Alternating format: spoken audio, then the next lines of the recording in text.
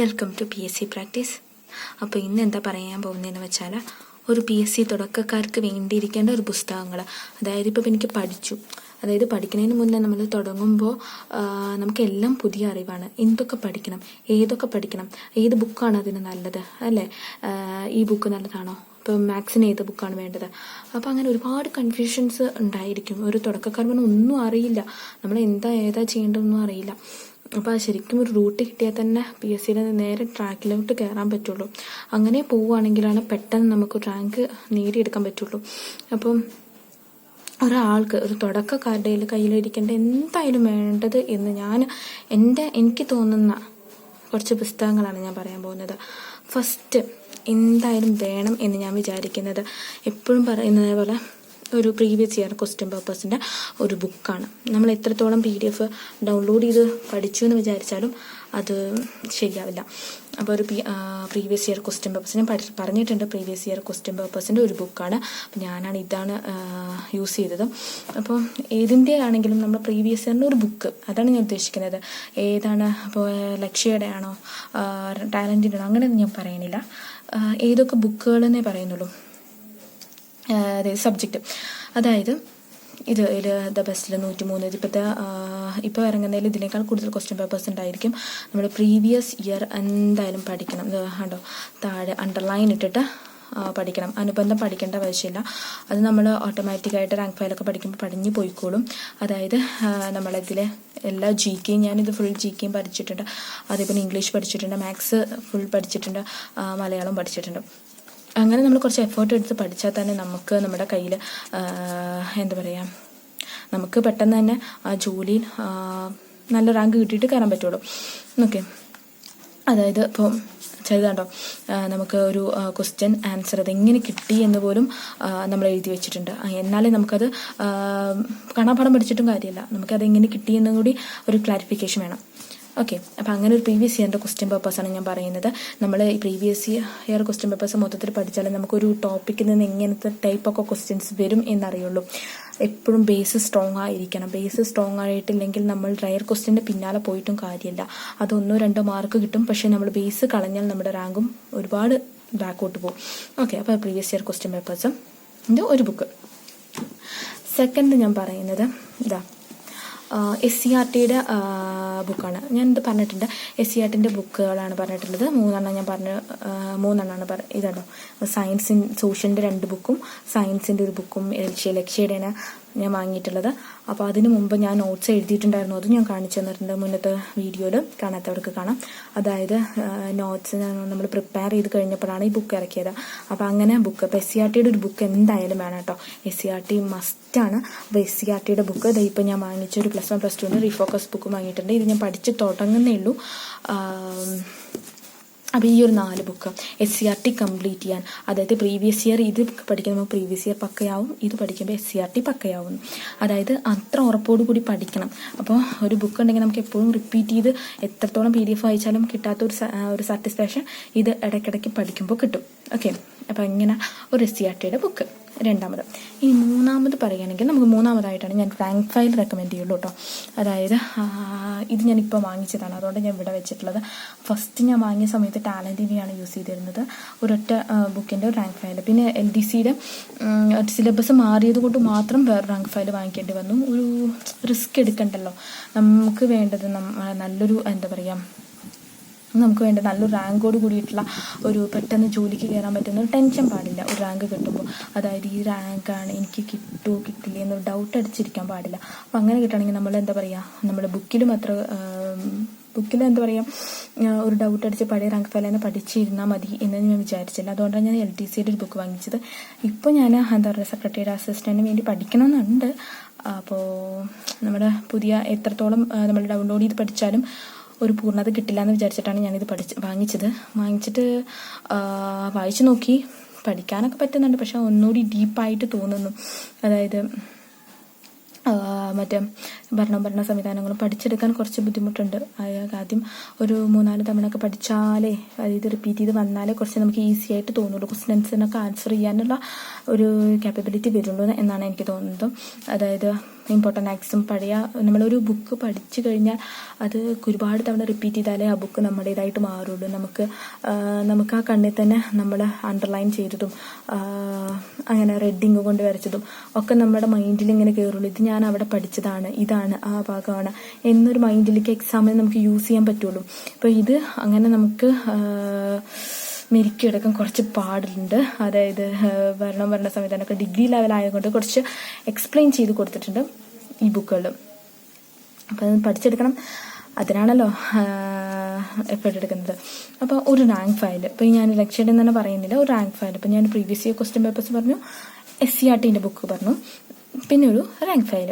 Okay, പിന്നെ rank ഫയലിൽ ഇതിൽ മാത്സ് നന്നായിട്ട് കൊടുത്തിട്ടുണ്ട്. എങ്കിലും ഞാൻ മുൻപ് വാങ്ങിച്ചിട്ടുള്ളതാണ് മാത്സിൻ്റെ ഒരു എന്താ പറയുക, എല്ലാ ടോപ്പിക്സും ഉൾപ്പെടുന്ന ഒരു ബുക്ക്. കാരണം പണ്ടത്തെ റാങ്ക് ഫയലൊന്നും അത്ര PSCയുടെ മാത്സിൻ്റെ ഒരു ഇക്വേഷൻസ് ഒക്കെ കൊടുത്തിട്ടൊന്നും അറിയാത്ത അത്ര എക്സാമ്പിൾസ് വന്നിട്ടുണ്ടായിരുന്നില്ല. അപ്പം ഞാൻ കുറേ നോട്ട്സ്, അതായത് എല്ലാ ടോപ്പിക്സും ഉൾപ്പെടുന്ന രീതിയിൽ ഒരു മാത്സിൻ്റെ ബുക്ക് വാങ്ങിച്ചതാണ് കേട്ടോ.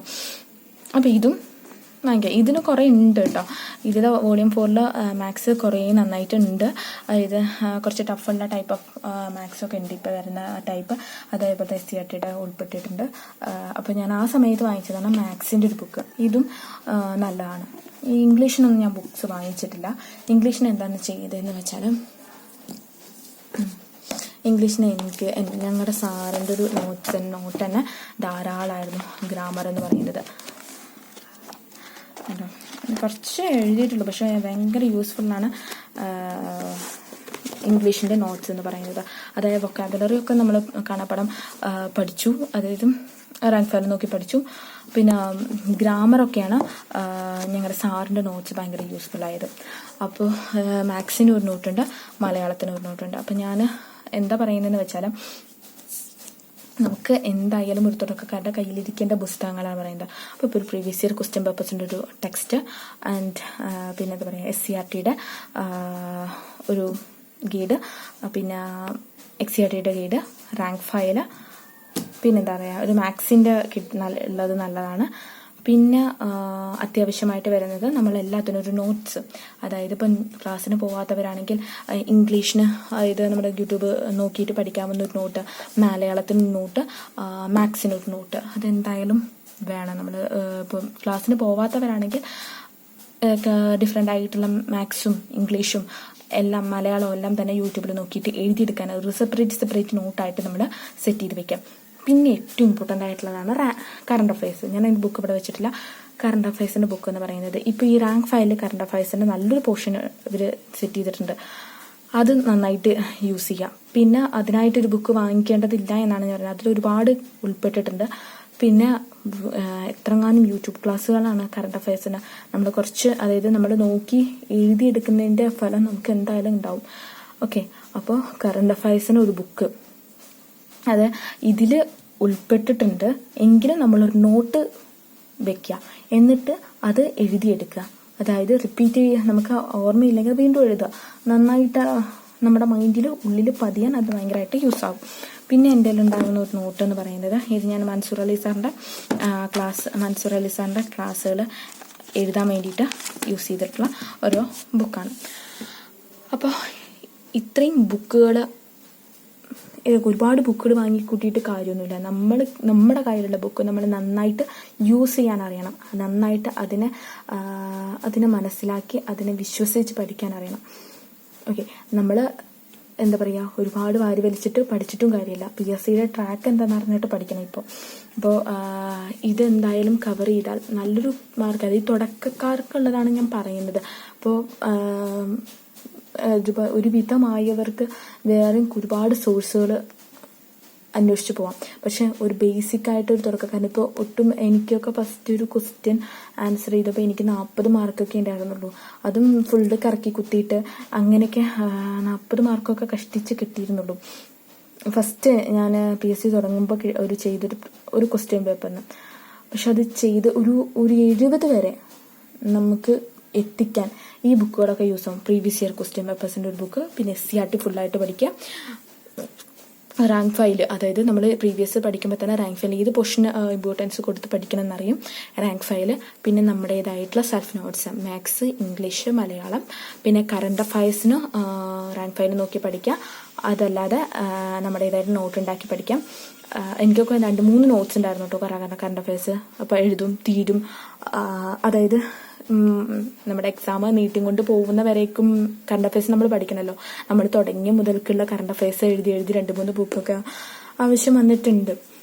അപ്പോൾ ഫസ്റ്റൊന്നും എഴുതിയതൊന്നും പിന്നെ ആവശ്യം വന്നില്ല. അപ്പോൾ നമ്മൾ അങ്ങനെയൊന്നും വിചാരിച്ചിരിക്കരുത്. നമ്മൾ കറണ്ട് അഫയേഴ്സ് ഒരുപാട് എഴുതിയും പഠിക്കുകയൊക്കെ തന്നെ വേണം. അപ്പോൾ പിന്നെ മൻസൂർ അലി സാറിൻ്റെ ഒരു നോട്ട്സ്, അതായത് ഫ്രീ ക്ലാസ്സുകളൊക്കെ എഴുതിയെടുക്കാൻ വേണ്ടിയിട്ടും, അതായത് നമുക്കിതിൽ എല്ലാ ടോപ്പിക്സും ഉണ്ടെങ്കിൽ പോലും ചില ടോപ്പിക്സൊക്കെ നമുക്ക് മനസ്സിലാവണമെങ്കിൽ നമുക്കൊരു യൂട്യൂബ് ക്ലാസ് കേൾക്ക് തന്നെ വേണം. യൂട്യൂബ് ക്ലാസ്സോ അല്ലെങ്കിൽ ആരെങ്കിലുമായിട്ട് ഇത് കമ്പൈൻ സ്റ്റഡിയൊക്കെ ചെയ്തിട്ട് മനസ്സിലാവും. അപ്പോൾ നമ്മൾ നമ്മുടേതായ രീതിയിൽ ഒരു നോട്ട്സ് എഴുതുകയാണെങ്കിൽ നന്നായിട്ടുണ്ടാകും. അതായത് ചില കുറുക്കു വഴികൾ കൊണ്ടൊക്കെ ചിത്രങ്ങളൊക്കെ വരച്ച് അങ്ങനെ ഒരു നോട്ടാണ് ഞാനിത് ഉദ്ദേശിച്ചത് ഇതും കൊണ്ട് കേട്ടോ. ഇതിൽ മൻസൂർ അലി സാറിൻ്റെ ഉണ്ട്. പിന്നെ എനിക്ക് അറിയാത്ത ടോപ്പിക്സിനെ കുറിച്ചിട്ട് ഞാൻ യൂട്യൂബിലൊക്കെ നോക്കിയിട്ട് എഴുതിയ ഒരു നോട്ടും കൂടിയാണിത്. ഇതൊക്കെ നമ്മൾക്ക് ഭയങ്കരമായിട്ട് യൂസ്ഫുള്ളാണ്. നമുക്ക് ഏതാണോ എന്താ പറയുക, നമുക്ക് യൂസ്ഫുള്ളായിട്ട് തോന്നുന്ന മെത്തേഡാണ് നമ്മൾ ഫോളോ ചെയ്യേണ്ടത്. ഞാൻ തുടങ്ങുമ്പോൾ ഇങ്ങനെ ക്ലാസ്സുകളൊക്കെ ഇങ്ങനെ യൂട്യൂബിലൊക്കെ ഇങ്ങനെ ഓരോരുത്തർ ചെയ്തത് ഇങ്ങനെ കേൾക്കുമ്പോൾ ചിലവർ എന്താ ചെയ്യും, ഓരോന്ന് എഴുതിയിട്ട് ഒട്ടിച്ച് വെക്കും, ഭിത്തിയിലൊക്കെ ഒട്ടിച്ചൊക്കെ വെക്കും. ഞാനങ്ങനെ ഫസ്റ്റ് യൂസ് ചെയ്തു, അതായത് ഇങ്ങനെ എഴുതിയൊക്കെ വെച്ചു. പക്ഷെ എനിക്കത് യൂസായി അല്ല. പറഞ്ഞാൽ ഞാൻ വായിക്കും, അതായത് വീട്ടിലൊക്കെ ആരെങ്കിലുമൊക്കെ വന്നു വെച്ചാൽ ഇവിടെ ഫുൾ പഠിത്താണല്ലോ അങ്ങനെ പറയണത് എനിക്ക് ഇഷ്ടമല്ല. അത് പറയുമ്പോൾ എനിക്ക് തന്നെ ഇനിയിപ്പോൾ എങ്ങാനും കിട്ടിയില്ലെങ്കിലോ, ആ സമയത്ത് തുടക്കമാകുമ്പോൾ നമുക്ക് ഭയങ്കര ഒരു കോൺഫിഡൻസ് ഇല്ലായ്മയാണ്. കാരണം നമ്മൾ എത്തിയിട്ടില്ല, ഭയങ്കര ഒരു കോൺഫിഡൻസ് ഇല്ലായ്മ ഉണ്ടാകും. അപ്പോൾ ഇവരിങ്ങനെയും പറയണേ, ഇനിയിപ്പോൾ എനിക്ക് കിട്ടിയിട്ടില്ലെങ്കിൽ അവരൊക്കെ പട കളിയാക്കും. അങ്ങനെയൊക്കെ ഒരു മൈൻഡിൽ വെച്ചിട്ടാണ് ഞാനതൊക്കെ എടുത്ത് കളഞ്ഞു. അതെനിക്ക് യൂസ് ആയില്ല എന്ന് മാത്രം പറയാം. അത് ഓരോരുത്തരുടെ മൈൻഡും കൂടി അനുസരിച്ചിട്ടായിരിക്കും കേട്ടോ. അപ്പോൾ അങ്ങനെ നല്ലതാണ് തോന്നുകയാണെങ്കിൽ ഇങ്ങനെ നോട്ട്സൊക്കെ എഴുതിയിട്ട് ഇങ്ങനെ ഒട്ടിച്ച് വയ്ക്കുന്നതൊക്കെ നല്ലതായിരിക്കും. അപ്പോൾ അതിന് ചില വിദ്യകളൊക്കെ, അതായത് നമ്മൾ ഓർമ്മിച്ചെടുക്കാനുള്ള വിദ്യകളൊക്കെ നമുക്ക് അടുത്തൊരു വീഡിയോയിൽ ചെയ്യാം. ഇതിപ്പോൾ ഞാൻ ബേസിക്കായിട്ട് എന്തൊക്കെ വേണം എന്ന് മാത്രമേ പറഞ്ഞിട്ടുള്ളൂ. ഒന്നുകൂടി പറയാം, ഒരു പ്രീവിയസ് ഇയറിൻ്റെ ക്വസ്റ്റ്യൻ പേപ്പേഴ്സിൻ്റെ SCRTയുടെ ടെസ്റ്റുകൾ, പിന്നെ റാങ്ക് ഫയൽ, നമുക്ക് ബുദ്ധിമുട്ടുള്ള ടോപ്പിക്കിൻ്റെ ഒരു ഗൈഡ്, പിന്നെ എല്ലാ സബ്ജക്റ്റിൻ്റെയും മാത്സ്, ഇംഗ്ലീഷ്, മലയാളം എന്നതിൻ്റെ ഒരു എന്താ പറയുക സെൽഫ് നോട്ടും, കറണ്ട് അഫയേഴ്സിന് സെൽഫ് നോട്ടും റാങ്ക് ഫയലും കംപ്ലീറ്റ് ചെയ്യാം. അപ്പോൾ എത്രയേ ഉള്ളൂ. Thank you.